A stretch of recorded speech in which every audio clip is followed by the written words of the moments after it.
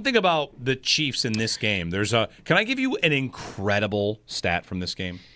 Incredible. From the Chiefs-Bills game? Yes. Okay. They're a bunch, whether it's that Mahomes got hit as much as he ever has. Mahomes got hit as much. Allen's setting the record for completion percentage. Nope. The most incredible number in this game to me.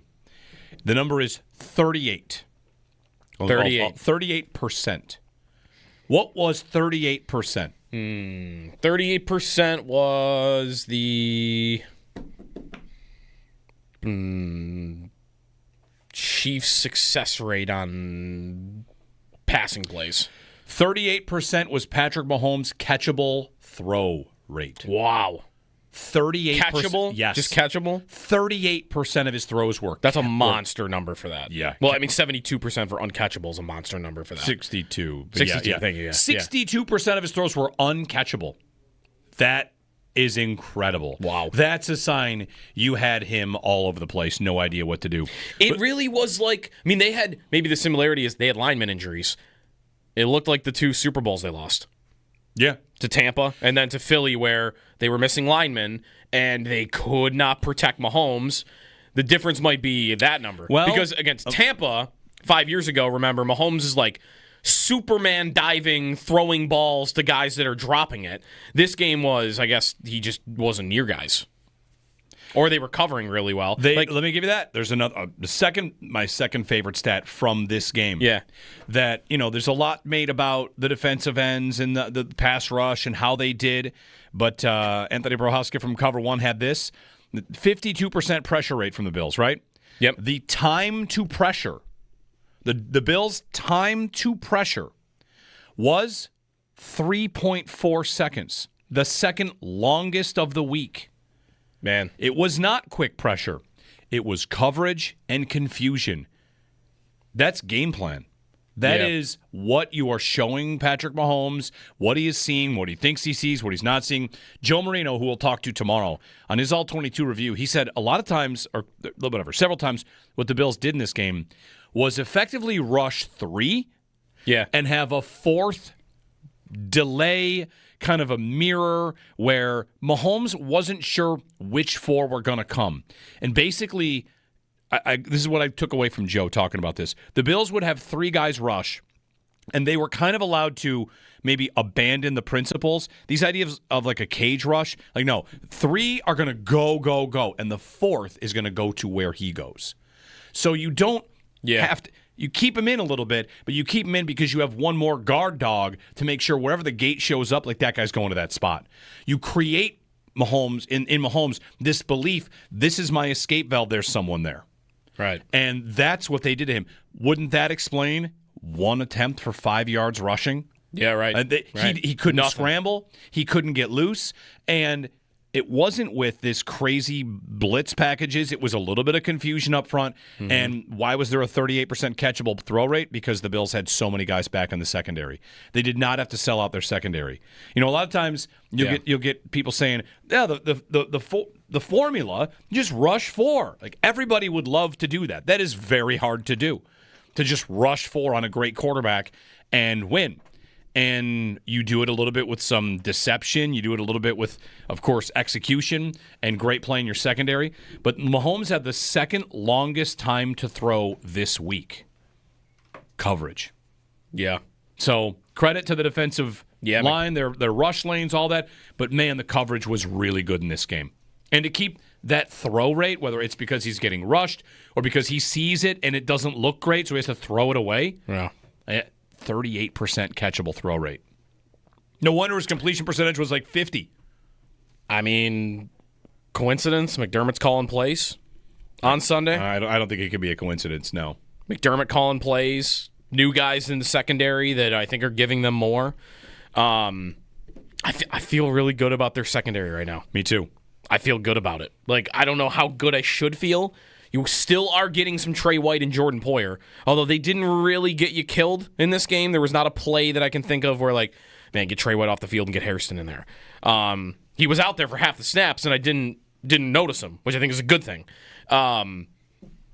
I feel good about it. I feel good about their defense kind of just in general. But again, that is maybe the thing to protect yourself against in that matchup more than anything, because they have played well against the Chiefs in the regular season before defensively, and that has not carried over. Like, what will the Chiefs do? The Chiefs were throwing the ball long, right, in this game. A lot of deep passes from Patrick Mahomes. A couple that were an interception. The one that was completed at the end of the half. Are they going to do that again if they meet in January? How will they pivot? How will they pivot? If the Bills do the same thing and maybe they do a good job at getting a rush on him, are they going to even give them an opportunity? Are we going to see them more like they were in the last 2 seasons instead of this year, which is quick game, ball out in half a second? Because in this game, it did feel like they were hunting those big plays. For sure. Which is kind of what they've been doing all year. And I wonder if they do that again if they see the Bills again. Didn't it feel like they were going to Rice short early, and then that just went away? A couple times. Early in the game, I thought, Rice is going to catch 10 balls in this game, and they just did not. They went short to him on that 4th and 3, and Bishop was ready for it. That's right. And then they didn't. Did they go to him short again? Maybe they didn't after that. That's one of their better plays, and that didn't work, and they kind of gave up on that. I don't think you got the Chiefs' best. You probably didn't get the Bills' very best. You got some of their best, but we'll see if they meet again. Is it possible that Michael Hoyt, by the end of the season, will have the top-selling jersey for a guy that played 2 games? Can I tell you what he just tweeted this morning? What'd he tweet?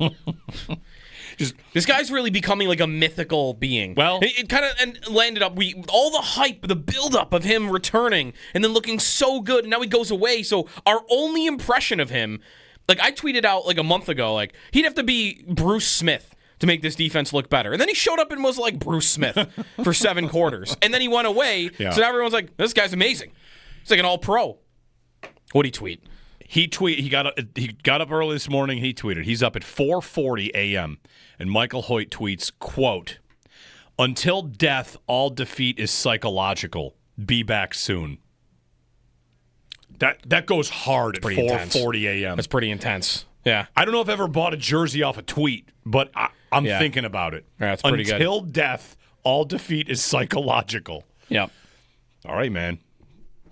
I was thinking of like the Chuck Norris jokes for Michael Hoyt, because when the cart came off for him and he waved it off, like, no. The cart doesn't come for Michael Hoyt. Michael Hoyt comes for the cart. You know? The cart shows up. He just flips it. Throws it. Get it out of here. Yeah. All right, Derek in Cape Cod on deadline day. Hey, Derek, good morning. Hey, good morning, guys. I got solutions. Here we go. Okay. Calvin Ridley. If we could fit him under the cap, I think he'd be a good acquisition. So that would be my receiver to get. Next, defensive help, Trey Hendrickson. Obviously, for the Bengals, that would be fantastic, but I really don't know if we could even afford that. But this last one, I think we can make work. I know he's a punk. He's had his issues with Josh Allen, but it was a deep tackle from Miami. Christian Wilkins, yeah. Yeah. How about we try to get that big guy in here and see if he wants to play on a 1-year deal, and let's make it work. And that's all I got. If you could keep me on, that'd be great. Thanks, Derek. Go Bill. Your names were Ridley. Who was the middle guy? So obviously Hendrickson. Okay. I'll get you some.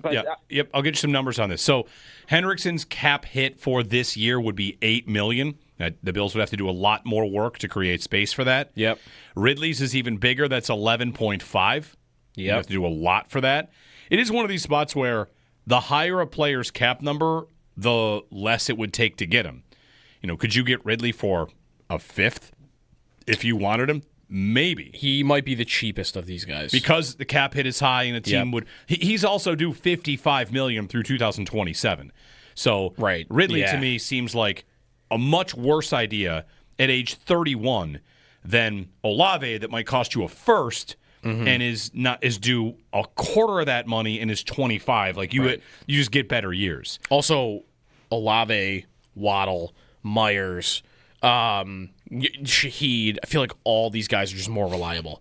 I think Ridley could drive people nuts. Hendrickson, for the drop problems and just like headaches. Hendrickson, the Bengals probably should have traded in the offseason. Could have got a nice haul for him. Yeah. Now you're asking for a first-round pick for 10 games in postseason. We'll see. I don't know who's going to go for that. Somebody might.